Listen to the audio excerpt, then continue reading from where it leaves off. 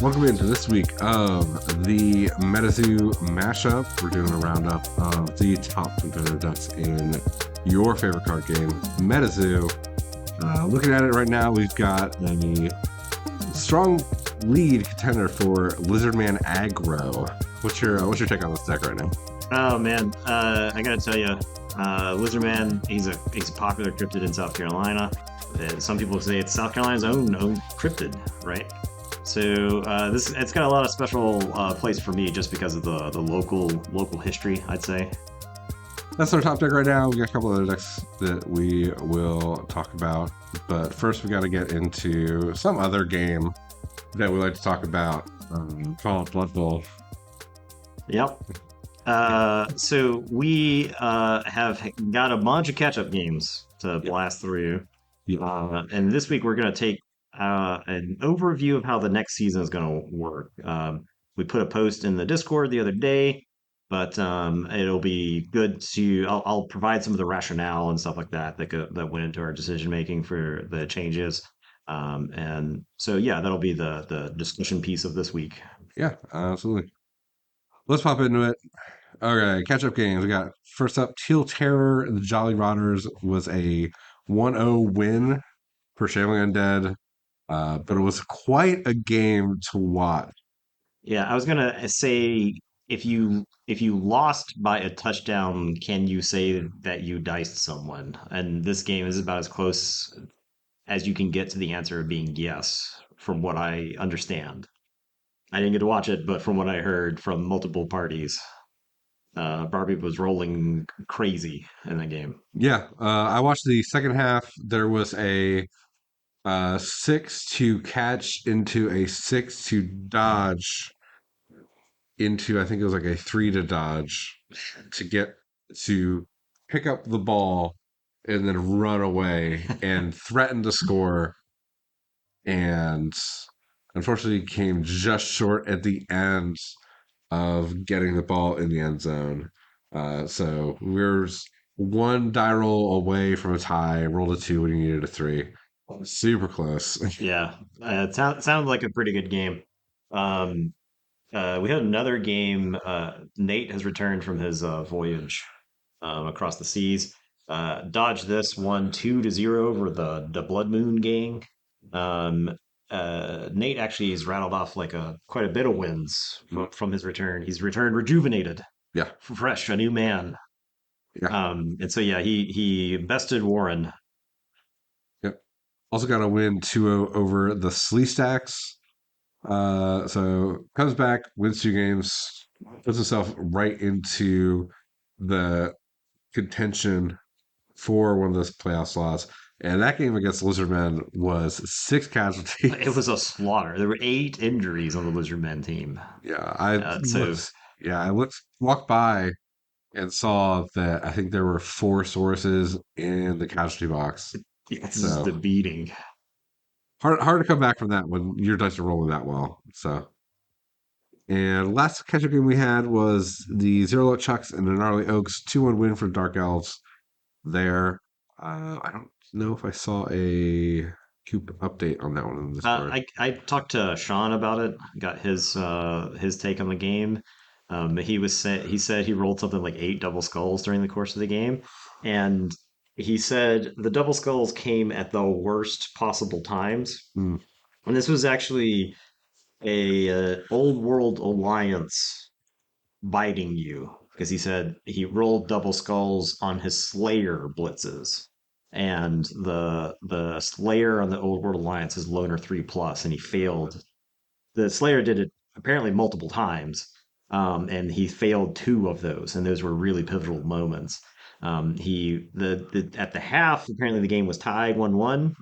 And then you're receiving as Old World, so Sean was just kind of marching down the field, and then the double skulls start happening, and it doesn't take a whole lot of bad luck for an elf team to capitalize. And so Coop was just making the rolls, the kind of the way he did earlier in the season, and that just translated into a win for him. So That is, yeah, I think we are mostly caught up at this point. I think we got like one game that we're gonna have. There's a couple week 9 games that are outstanding still, but Yeah, yeah, but that means we can get right into week sorry, 10. week 10 outstanding. All we're caught up through week 9. So Yeah, yeah, week 10. So this was the last week. We got most of these ones in. First game up is V Stars and Us win. 2-1 win for Black Orcs. Continued death and destruction for the Wood Elf team. yeah, there's a tornado named John Jurgen tearing through the division late in the season, leaving a path of destruction 8 miles wide. And the V Stars really wanted this win, but the Black Orcs just kind of stomped all over that dream. Yeah, it seemed like a game where Wood Elves were able to equalize, tie up the game, and then they just couldn't maintain the defense because they lost too many players. So Yeah. Yep. just added just added on from the issue with the Wood Elves team, just like not having a ton of players, losing players throughout the season, trying to get to a position where you can finally have some amount of reserves, and then just having players die anyway. Yep. It's rough. Yeah. Two in one game, especially one with a skill. Yes. Next, we had Imperial City Retainers return to Monkey, second straight week that we get an ogre concession. Yeah. So, I mean, the formula is Mighty Blow plus Armor 8 plus too many hits is means you're not going to have a team. Um, as somebody who played quite a bit of Armor 8 teams into a lot of Mighty Blow teams over my career, you can't give the Mighty Blow players constant hits on your players. They're just gonna take them off the pitch. So now this score is a little misleading because Fred was winning in this game. Hmm. Sean failed to pick up the ball, and a gutter runner ran over there, snatched it, ran it in. And so Sean has an it's funny, he has an axiom that a ball on the ground belongs to the rats. And I tend to agree with that sentiment. Any ball just laying around on the field is not safe when you're playing against Skaven, unless all of the gutter runners are dead. A gutter runner can sneak over there, grab the ball, and run away, and there's very little you can do about it. So, Yeah. All right. Up next, we got Might of Asgard. Teal Terror. It was a 2-1 win for Austin. Austin doing a little bit of leapfrogging in the division standings up to number 7 now. yeah, this is a another game. I think Barbie's performance in the season has definitely improved. She was leading in this game at one point, but apparently Austin's Yeti actually got busy in this game after taking a spa day. The Yeti came to the game to play and managed to win the game in the last couple of turns after doing like enough attrition. But a respectable performance for Barbie in the last 2 games, keeping it pretty close. So Yeah, absolutely. We next got the Jolly Rotters and the Rotten Peaches. This like game homestand for the Jolly Rotters, starting off kind of how we were expecting it. 2-0 win for the Rotten Peaches. Seemed looking at the box score that the Amazons were in control most of the game, and also inducements coming in big for Amazons with Ranulph yeah, uh, that's a cutting off the sneaky foul game. pick right there for sure. Yeah, so I mean Clay, I think Undead is a really good team for fouling because zombies are very cheap. The thing to remember about fouling is that it is an economic game that you're playing. If you can trade a 40K piece for a 150K piece, then that's a very good trade in the grand scheme of things. So Jennings being able to spend 130K before the game, saying that your fouling game doesn't necessarily fly anymore, that's pretty powerful. Also, this is one of those games where you look at somebody's roster, you see one instance of tackle, and you got to think, oh, you're playing against Amazon? That's not enough tackle, right? You're going to wish you had more. You're going to wish you had some frenzy. You're going to wish you had something that gave you extra hits. Hmm. The thing about Amazons is They are deceptively sturdy when it comes to avoiding a beating, and that's just because the dodge skill does so much for keeping characters alive. And so, uh, yeah, you if you know Amazons are on your schedule somewhere, you kind of need to tack a couple of pieces on your list and your to give yourself a little bit more of a win percentage. So Mm. Oh, right, and it's got the Great Poxfang, the GG's Electricity, 3-1 win for humans, including one of my favorite things, which is a big guy touchdown. I'd love to see it. Yes. Yeah, it's like a D lineman touchdown, right? Like Mhm. doesn't happen that often, but you love seeing that type of thing. Yeah, and Joel's report was that he put an absolute beating on Chris's team, and he did put several injuries on it. But Chris has a very deep bench. I think this is a great example of the difference between a deep bench and people who have to like scrape into every game with 11 players. Human linemen, very cheap. Elf linemen, not so cheap, right? You can afford to put all of these linemen on your roster. You can afford for them to get beat up. You still got more people to put back into the game. So Yeah. Up next, last game of the division this week was my game, where it's just Brimstones versus Half Injustice. It was a 2-0 for Half Injustice. Not like a ton to report. It was mostly just dicing. Halfling Master Chef got 5 out of 6 that's possible so brutal. rerolls. Um, What's the math on that? Hang on. You talk about the game. I'll talk about the math on that. sure. So the way the game started off was I was kicking off the halflings, rolled a blitz, and my calculation was I wasn't looking to overextend into the halfling side of the field because of Griff. So I was okay kind of running the blitz first because if the blitz went off and I was able to knock a halfling down on the edge, I could kind of swarm one side and corral Griff and kind of cut off side of the field. So I went to blitz with my mighty blow alignment and double skulled. Yeah. Uh, so that lineman kind of ended up stuck in the sideline for most of it. He was like eating a bunch of fouls. Yeah. And there was a mispositioning that led to Griff being able to get a 2-die blitz out to score. Um, Luckily, that happened with time for me to try to answer, but ball got knocked out. And so my scoring potential ended in the first half. I was able to take Griff out, so I felt decent. Um, the first half was one where I lost 2 of my 3-year-olds. And I felt decent going into the half, only down one with Griff off the field. Like, okay, I can kind of work. I can like start feeling some halflings hopefully. Yeah, and at that point you can think I can probably get a draw out of this. Yeah, it's like I can like I was like thinking about potentially a draw. I'm like I still want to play to win, so get the ball and have my runners in the back. The ball goes to the worst possible spot because it's Mhm. way in the backfield, Yeah. which led to me running a calculation where it's like, okay, so if I and I lost all my rerolls, but I was like, if I'm willing to risk the rush, I can shave a turn off of my scoring dot. I can shave an entire turn off of scoring to give myself a chance to go up 2-1. If I can like get a good kickoff running, get the pick up ball up, whatever it takes, I can like possibly set up for that. And so I had the runners. I was like, I'm going to have the runners run side by side. If one falls, the other one can run through, pick up the ball, and keep going.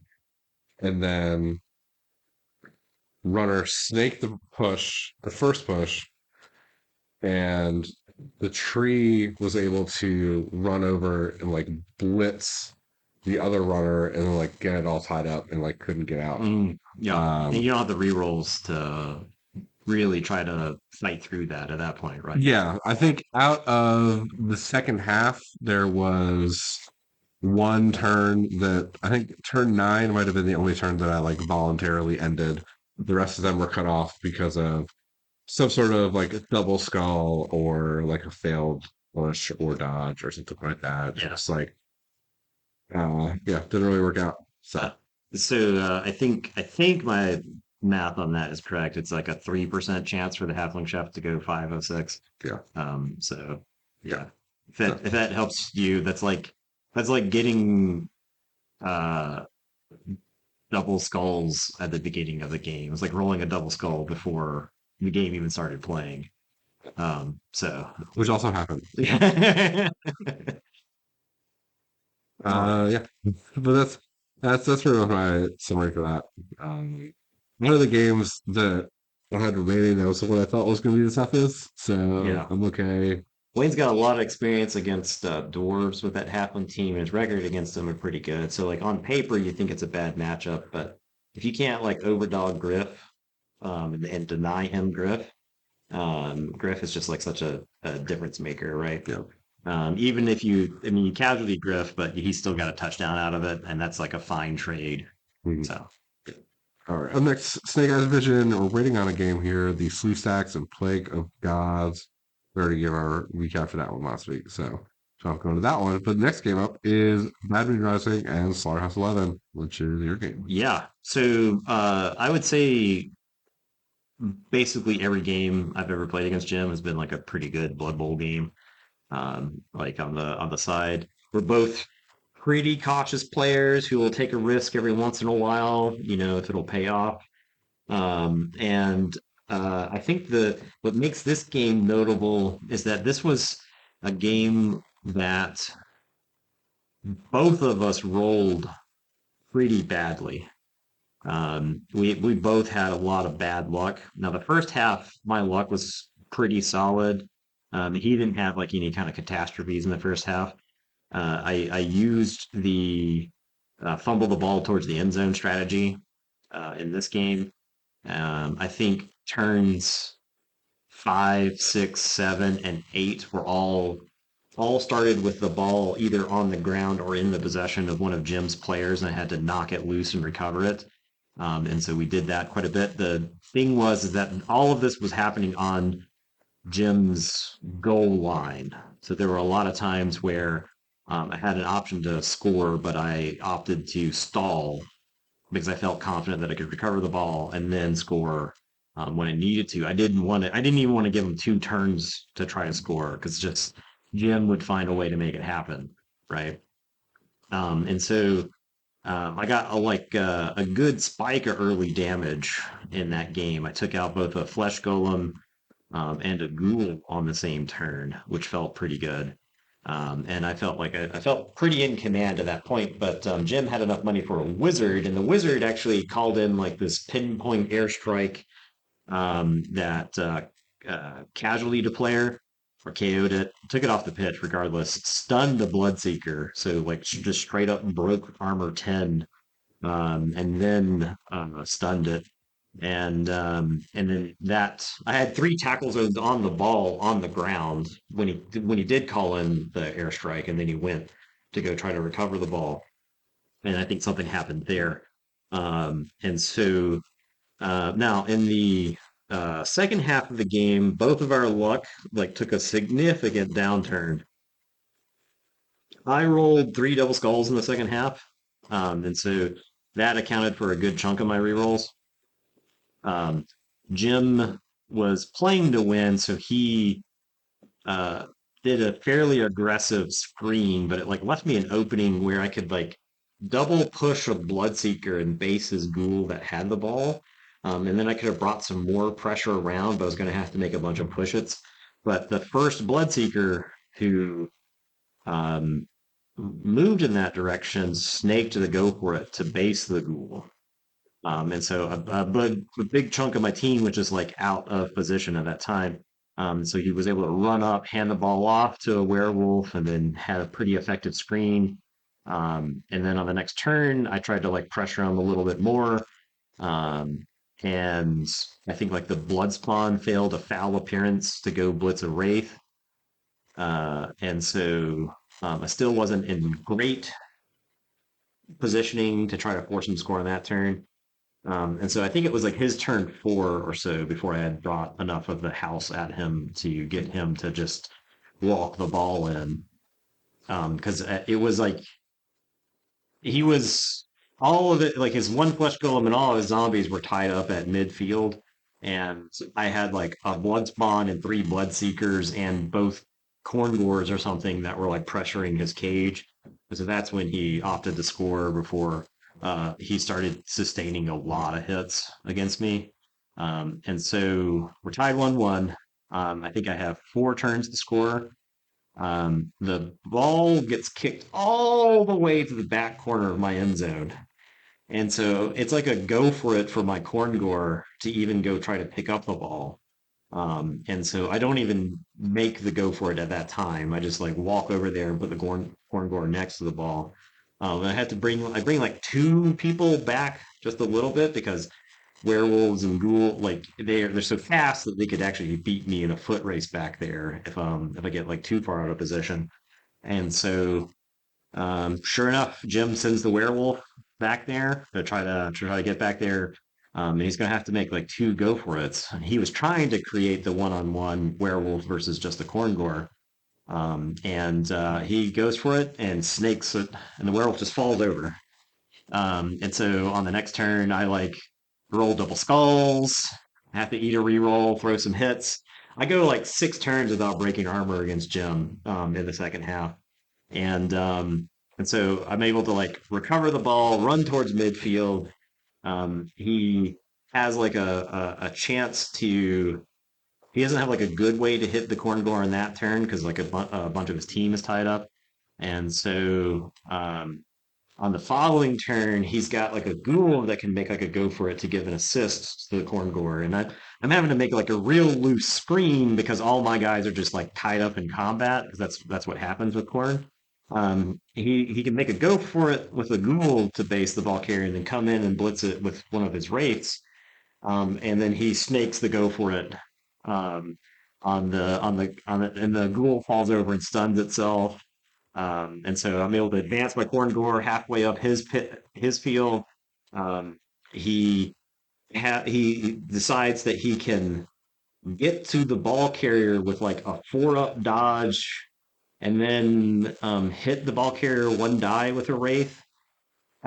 He's down to 1 reroll at this point, and so he dodges the wraith in, rolls 1 die on the ball carrier, rolls it both down.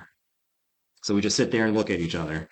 So on my turn, I can turn 8 to win the game. I can blitz the wraith with another piece, and so I move a couple over to body block the wraith from sidestepping next to my guy. Um, Move a couple guys over, pass the foul appearance, knock the wraith out of the way so that it can't follow me. But I have to make a go for it to get into the end zone. And then I roll the two. I roll the 1 on the goal line, fall over, and that's the game. And so a die roll away from winning the game against Jim feels pretty good. And like I said, we both had some pretty terrible luck during the game. It was really funny. Um, so it's a pretty good game. I wish I could have won it, but I'm happy with the draw there. So. Yeah, yeah, definitely. So, like, maintains your position on the board. So you got a Yeah, good hit. Jim's the threat to bypass me at this point, right? So a draw with him keeps me ahead. Yeah. So All right. Up next, we got no and zero luck chuck. So 3-0 win. No casualties, lots of fouls, including a mummy foul, which love yeah, that. salute you, sir. Uh, yeah, it doesn't seem like a super eventful game outside of It lots of fouling. it sounds So like undead failing to pick up the ball, elves running over there picking up the ball, undead knocking over 1 or 2 elves, but then not doing enough damage with fouls or blitzes to actually get people off the team, right? So yeah, yeah, that's the thing. You can't leave L's on the pitch. yeah. They'll take it from you at some point. Right next we got Great Tree Good Boy Use and Gnarly Oaks is 1-1 tie. Um, I saw a little bit of this game, and it I seems like yeah, I got the Old World lost their catcher early, which seemed to play. Yeah, Yeah, Sean mentioned that not having his catcher versus Coop was a detriment because that meant his offense lost a really key piece. This Draw. I don't even know if either team really wanted to draw from this, right? I think both teams really wanted to win. Neither team wanted to lose it, so I guess the draw is probably better than a straight up loss. But draw doesn't make it really comfortable down there um, at like fighting for the playoff positions there, the last couple of spots. So and actually, it was like a fairly bloodless game, I would say, for a gnome game, Yeah. right? Uh, uh, I every time I've played against gnomes are exploding left and right. So it must have been a pretty bad dice game as far as like actually hitting the gnomes. Next game up is one we're waiting for: the Southern California Trojans and Dodge this. Nate's been playing some catch up, so we'll probably have a result for this like next week. Yeah, I think he might be able to get both this game and his next game in this week. And he'll be right back where he needs to. And if he wins both of those, I think he's actually in a pretty good position overall in the standings. So Yeah, he's currently sitting 2 points down from eighth, but he also has one less game than pretty much everyone else in the division. So, like, he's basically neck and neck with Ness uh, for that like last slot. Um, it's a big jumble down at the bottom. So you got like from fifth to 11th is a 4 point differential in that division. So yeah, that's it could be anyone. Like you could easily pick up a win, like two wins or a win in the draw in the last 3 weeks, and then it's like if someone loses 2 games, they're going to be on yeah. the outside looking in. Especially a lot of these games are going to be against each other too, Mhm. right? So every single one of those games really matters. And you have no idea what the head to head is going to look like either. So yeah, I mean it's super interesting. We have a really interesting race there. Yep. Yeah, like a couple of weeks ago, Nate's team was not looking like super well developed, but after two really strong performances, he's got block on his troll. He's got a he's got a ton of block on those blackworks now. Yeah. So this team got a huge upgrade really quickly. Yeah, and that's the bash snowball, right? Like once you get on the other side of your team is incompetent to it can actually knock people over to they're deadly in that after that point it's like their team is a meat grinder just putting players into it spitting out SPP on the other side of it your team just gets deadlier and deadlier so All right, last game for this division this week. We had ROUS a 2-0 win over the Electric City Maulers. Skaven still on that upswing, and the Cast Renegades on kind of a downswing. yeah, Henderson said to me, bad dice and bad decisions lead to bad results. Which I said, that's the formula. I put a note here, Undertaker meme, Juan arriving at the top ranks of a division after starting 1 and 4. Of the Yes. just just I'm back. So who's the Randy Orton in this thing? Out in the ring. That's the question, I guess. Yeah. Yeah. Our interdivisional game, the Blood Moon Gang, drew the Book of Grudges. Yes. Warren gets on the board this week. I mean, most people I don't think expected a tie from this game, but Morg went crazy. Yeah, yeah. I would say this is as much of an upset as a draw could be, I think, for the game, honestly. Especially for a team that has been pretty porous on defense. Like I think the average score of an opponent going against the game is probably like 3.5, 4 Yeah, against the Goblin team. So to be held to one and also allowing Goblins, and I think they're looking at the box score. There was theoretically a chance that one could have won this game. I don't know how it played out. yeah. So I looked at the board because there was a question on Flamesmith blitzes, like if you want to blitz the Flamesmith and uses breathe fire, which is like a 50-50 to knock over a goblin because I think a goblin had the ball. So I was trying to figure out like if he had enough movement to get there. And so I think somehow he managed to stop. There was like a goblin cage, like a goblin semi cage. like three goblins running a screen for the fourth goblin with a ball. And so I think I managed to find a way to get in there and pop the ball loose. But he was on the verge of losing that game. The Goblins had the ball across midfield and had a lot of protection for it. But he managed to find a way to keep the draw intact there. So he's probably like wiping bullets of sweat off his brow.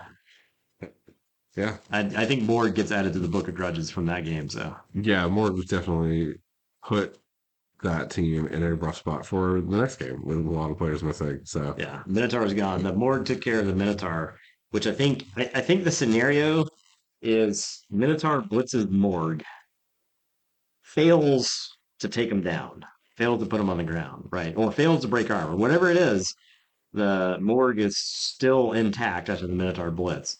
And then Morg stands up, blitzes the Minotaur, and then takes the Minotaur out, right? And uh, that was the scenario that I envisioned for myself when I played Warren, because Warren had Morg against me. And so I did not send the blood spawn after Morg until I had like eradicated a bunch of goblins. Because I did not want Morg hitting my big guy. It's just Mighty Blow +2 against an Armor 9 big guy is nightmare fuel. yeah, So yeah. All right. Well, so that being the end of the week, we do have a couple people who unfortunately are eliminated from playoff contention. One in each division: Teal Terror and the Blood Moon Gang. Uh, I wish both of you very much making the rest of your opponents' lives miserable for the rest of the yeah, season. yeah, make them remember you. And our in memoriam for the week, we had four players, unfortunately cut short. For the V Stars, we have two, Skasada and Starlight, both linemen. Yeah, no, Starlight was the lineman who had block, so that kind of stings too. I think I made a joke earlier in the season because Mike had a wood elf lineman with dodge who died, and I was like, should have been block. Well, I guess it didn't really matter what they have, so sorry.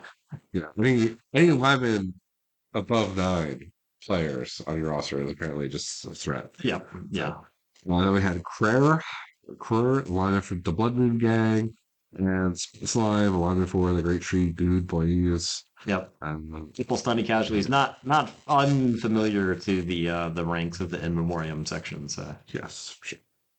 All right, with that, we got our deep dive. So we're going to talk about what the next season's going to look like. yeah, So you've got most of that. yeah, I'll take it from here. All right, so the big change is that preseason is going away, and there's several reasons for that. It was a system that could be abused, and participation had plummeted for it, right? So both of those things were like we had known about them being kind of problematic for a while, and so we wanted to act on it. Originally, the intention of the preseason was a way for players to play a new team and then bring it in with some skills into a league with some redraft teams. That way, you're not playing a fresh team versus like a redraft team, right? The problem is that the outcome of the preseason teams were extremely variable.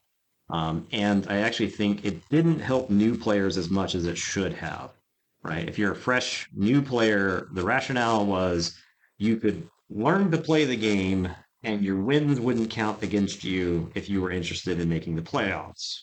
That was why the preseason was there. You could go 0-5 in the preseason, but as long as you got some SPP and you advanced some players, then you could participate in the rest of the league and kind of go from there.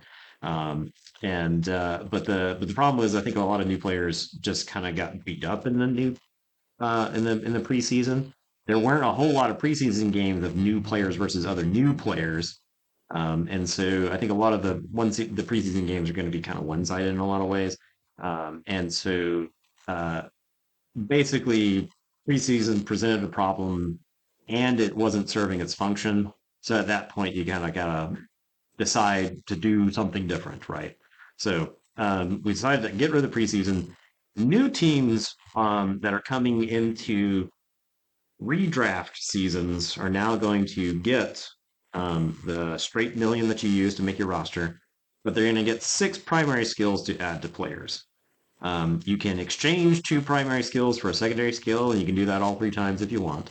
Um, And we know that this is pretty powerful for a relatively new team, but presumably these are going to be playing against teams that have been redrafted, and they themselves will also be powerful.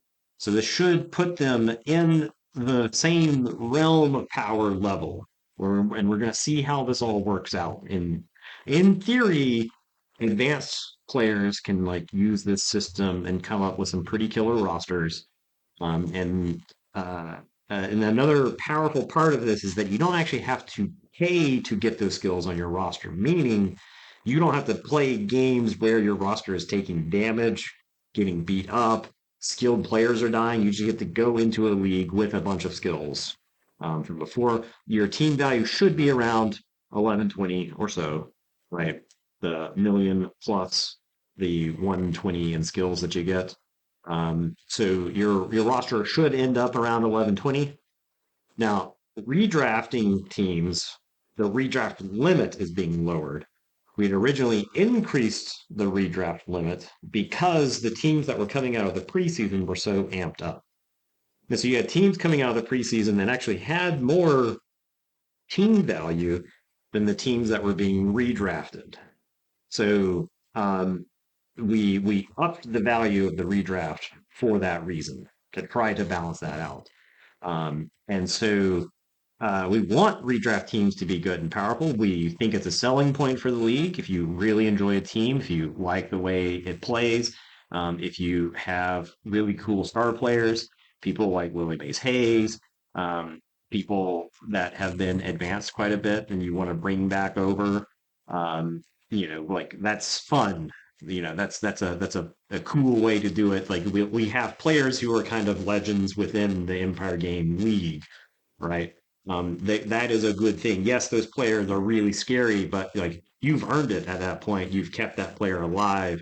That player has God knows how many FPP at that point. So team value should end up around 1,200 or so of a redraft team. So they'll have a slight edge over the new teams, but that's kind of intentional. We want the redraft teams to be scary in a way, but they're not going to be so overpowered that the new teams can't compete with them. So we're going to have a Google form that people can can submit rosters through next time. We'll have more details about that once the league starts wrapping up. And if anybody needs help, the store will be happy to assist people. But essentially, the idea is that you make like a BB roster team with like the skills that you want, and then you submit that, and then that gets approved or denied. Basically, can you follow instructions or not? And then those teams will get locked in basically before the league starts because we don't want people to just like change all of their skills based off of the first person that they play in the league. Like if you're playing against Amazons, we don't want you to go take six tackles all of a sudden. That's what we're going to try to prevent by having rosters submitted ahead of time.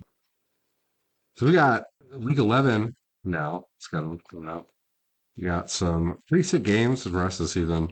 Starting off Dead Man's Hand Division, Halfling Justice, Jolly Rotters. It's going to be obviously second week of the punishment. The punishment gauntlet for Clay, yeah. He's got to run the top four players just back to back to back, right? Mhm. And yeah, I mean, I think this has got playoff implications. Obviously, I think if Clay wins this, I think he's a lock for the playoffs. A draw is probably good enough for a lock for the playoffs. However, Wayne has a lot of experience against undead teams, and so I think Clay has got an uphill fight for this matchup. And after fighting Amazons last week, he's probably going to wish he had more dodge. I mean, more tackle again this week for all the dodge that the Halfling team has on it. Yeah. Also, this is going to be a game with a lot more inducement money for the Halflings than they got in the Yeah, previous week. So yeah. full roster, These poor underfed Halflings, man. They could eat good this week. only 610,000 in inducements currently. Yeah. It's a shame. Next, we got Might of Asgard, Righteous Brimstones. That's my game. After the dicing I got last week, I have made it my mission to punish with Divine Retribution, whoever my week 11 opponent was. And it just happened to be a game that I need to win anyway. So, Yeah. like, the planets aligned in possibly a painful way for the Norse team, Yeah, hopefully. dwarves are not a comfortable matchup for Norse, right? Norse really likes teams that they can beat up. They don't like a team that can walk off the beating they give and then dish out a lot of damage too. So I think Austin's got to be careful in this game because he might get really trashed. So yeah, We got some red on red violence going on, Great Poxfangs, and the Imperial City Retainers will be a little interesting to see. You know, the one of the veteran scaling coaches in the league go against a new scaling coach. yeah, and I mean they're going to be chasing each other around the field. This could have like seven or more touchdowns in this game, depending on how much defense both teams play, right? Mhm. Yeah. We got Rotten Peaches and the V Stars. If you're fighting for your playoff hopes, probably not a game you necessarily want to be playing on the Woodell side, playing down, trying to get in. Yeah, and I mean Amazons are a team that have disproportionate team value. Like they are really good and have a really low team value. So I don't even think that the Wood Elves are going to get much help on the inducement side of things, right? And Mike is basically all of these games are playoff games. He got a little bit of help this week, I think, to stave off complete disaster, but this might as well be a playoff game for him. Yep. This feels like a must win. I think he's in trouble, but I think it's a must win. So Yeah. We got Teal Terror Book of Grudges last week was the second funniest thing that could have happened with the Goblin game. Wonder what the odds are of the funniest thing happening this week. yeah, I mean, Ides down his Minotaur. Ides down like some of his bruising pieces. If he goes into the game with like 11, Barbie doesn't really give a whole lot of casualties to her opponents. Like she's done a really good job of keeping her team healthy. And Chaos Dwarves of old wanted to grind your pieces off the board, and so they're just much less killy this time. I really do think after watching a season of Chaos of this new Chaos Dwarf team in play, they're missing that tackle so much. It's crazy how much they're missing that tackle. Yeah. So Yeah. Or even just having like two additional like regular dwarves. Like yeah, just more right. I fluff mean, pieces. I think if the team had six Ironheart Skin dwarves, the team would even be better off, right? The Flamesmiths are such like a bizarre piece. I'm not a Flamesmith hater, and I don't think I hates him either. He's the one who's actually played with him. But it's clear that they're not the same caliber of just like the traditional Chaos Dwarf with block and tackle, right? Yeah. Last matchup in Deadman Hands for the week. Return to Monkey of Salesman. This is a Now a top four matchup. yeah, this is a clash of the Titans here. Both of these players, so between them, these players have a four-game win streak for Sean and a five-game win streak for Jurgen. Now, one of those comes to a close, one way or another, right? Either win, lose, or draw. And yeah, I mean, this one's an interesting one. My bet is that Bomber doesn't get to hit the pitch, right? Mhm. I think Sean knows that Bomber is really good against his team, and so he overdogs Bomber. And I think Don knows that he doesn't want to play against Bomber, so he will counterspell Bomber, and then whatever you do with your inducements from there, that's a different story, right? So Yeah. Be That'd be definitely one to watch the Inducing game on. Be interesting to see. Snake Eyes Division, and we got Electric City Maulers and Dodge This a couple weeks ago. I think this game probably looked way different, but after some strong SPP games from Nate, this one's looking like Black Orcs are going to have a strong showing here. yeah, and if we go back and we look at the last several games for Henderson, I want to say he had a one casualty, no touchdown loss to one. He had a three casualty, one touchdown loss to Ness. He had a one casualty, one touchdown win against him. So I think that's like a grand total of maybe 30 SPP between those three games. Whereas Nate got like 22 versus the Lizardmen, right? So this is like two teams headed in opposite directions as far as like SPP going. And Henderson's missing his star player Elf. One of the more advanced players in the league, block dodge with a movement up on a Renegade Dark Elf. That player's not playing in that game, and so uh, yeah, I mean, I don't love your chances of running the score up without that elf, right? And he doesn't have a thrower on the team, so I don't know what his offense looks like. His offense is like human linemen in the backfield that have to go pick up the ball, and then like maybe you can do a handoff or something, but you're gonna have to like dedicate rerolls to that. You have to be prepared to dedicate rerolls to that. So I don't know, not a great position. Yeah. It's you're playing. I think Henderson's actually playing from behind in this. If we're doing like Vegas odds makers, I would say Nate is going into the game with an advantage. So And there's got Great Tree Good Boys and the Southern California Trojans. Bit of a speed mismatch here. Uh, yeah, Owls against Gnomes. It'll be interesting to see if they can just jump over all of them and keep running past. yeah, I do think so. I think the traditional stunty teams are a little bit better against elves than they are against bash teams. But I think the opposite is true for gnomes. I think elf teams are better against gnomes because of the speed, because of the mobility, and the things that make gnomes a little bit sturdier don't matter as much against elves, right? Elves can kind of scalpel pieces off the board. They can target specific pieces for removal, like the foxes. And so I'm interested to see what the inducement plan here is. So once again, the gnomes they're gonna get some money. So Yep. We got Gnarly Oaks and No. This game suddenly has a lot of playoff implications. yeah, Gnarly Oaks sitting at eighth. No sitting at ninth. It's going to yeah, be separated by how much? it's At 1 point, 1 point. 14 to 13. Yeah. So So I mean, you both teams want to win. yeah. Either team wins is like making it that much harder for the other team, Mhm. right? A loss here for one of these teams essentially forces the next two games to be wins, right? Something along those lines. I don't think Yeah. it may not be exactly that, but both of these teams need to win two out of the next three to be like safe in the playoffs.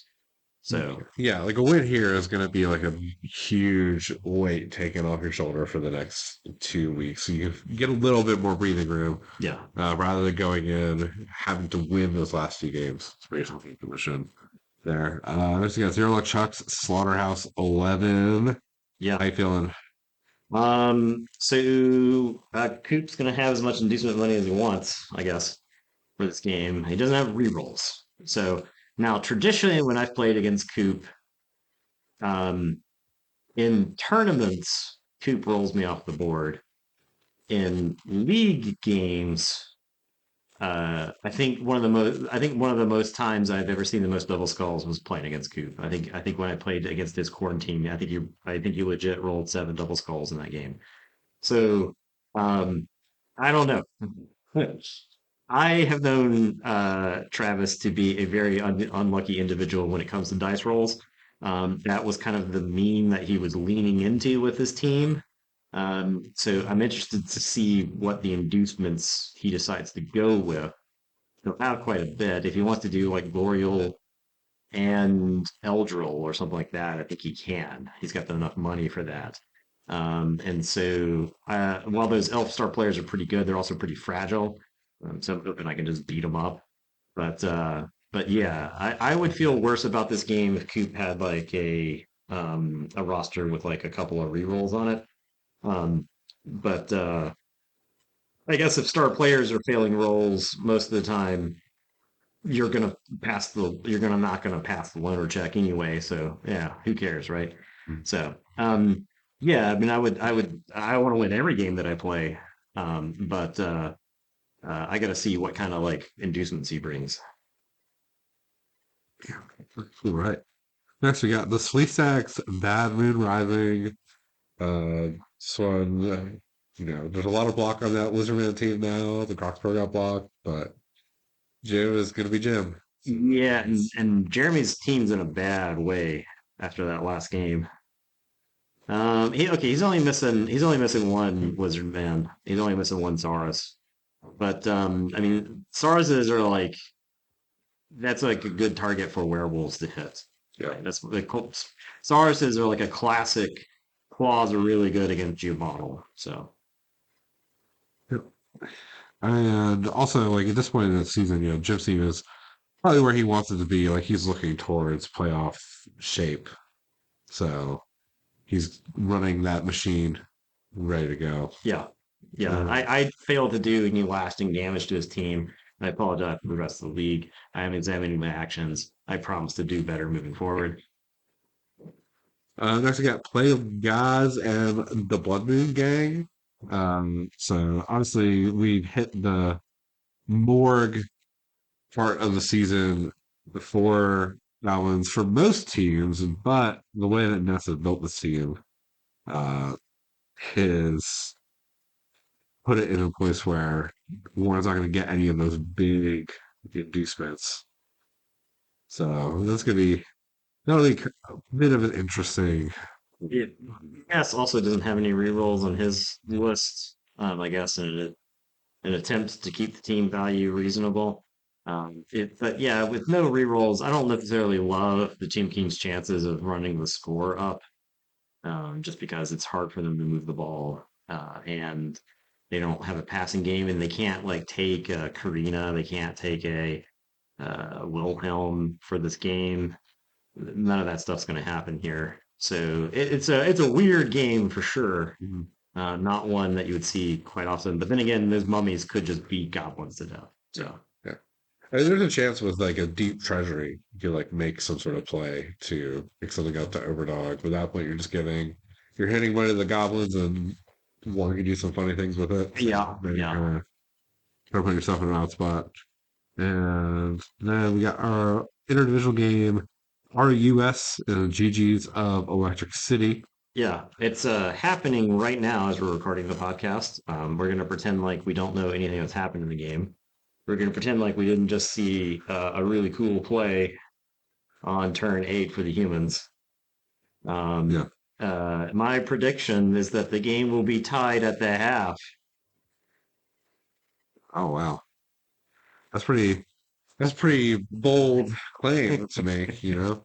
But yeah, I mean, obviously, this is a game where an interdivisional game where Juan has been doing a bunch of surging like up the leaderboard recently, and Chris is on that. He is right there at ninth. So like a win in this game pops him up into eighth.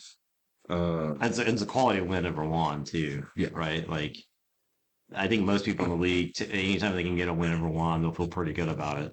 yeah, Yeah, I mean it's one he'll if Chris manages to pull off the upset here, I do think it would be an upset. If Chris manages to pull off the upset, then um, like he's got to feel pretty good about where his team is. I think he's had he's had a pretty difficult season. I think he's had a really tough schedule. Drawing one when he's not even in your league, like in your division, is a bad kind of like luck for him. But at this point, the bullets in the Russian roulette of the league interdivisional play were Juan, Henderson, and Jim.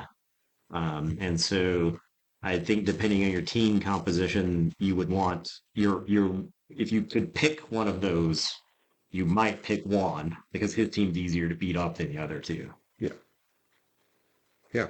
So yeah, as of the current recording, it's a toss up. Stoss So up, yeah. yeah, but yeah, that's pretty much what we have for this week.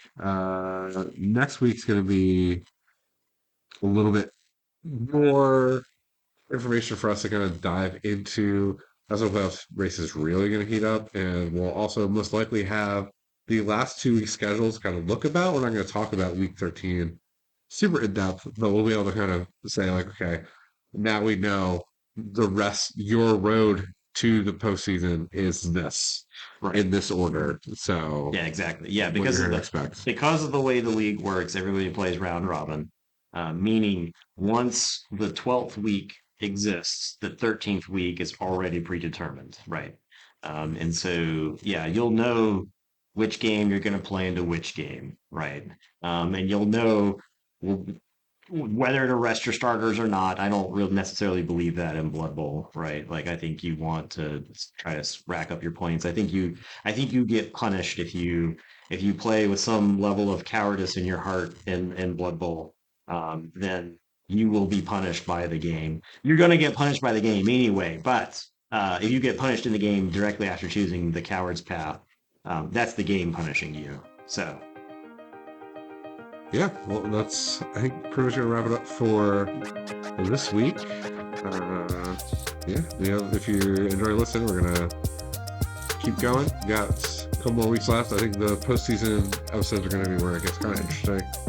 oh Okay. yeah, yeah.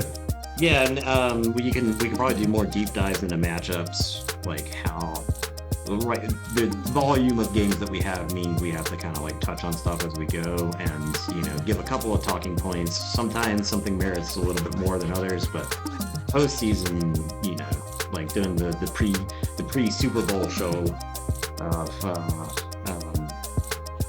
breaking down how that game's going to play out and stuff like that. I'm looking forward to that. I love that type of stuff. Yeah, absolutely. So yeah, if you like what you're listening to, make sure to give us a follow, subscribe wherever you're listening. Leave comments. Love getting comments and seeing people from outside the local area Yeah. that are listening and following along. That's always super fun. It's super great. Appreciate y'all listening every week. See you next week. Yeah. Goodbye, everybody. Yeah, and back to MetaZoo.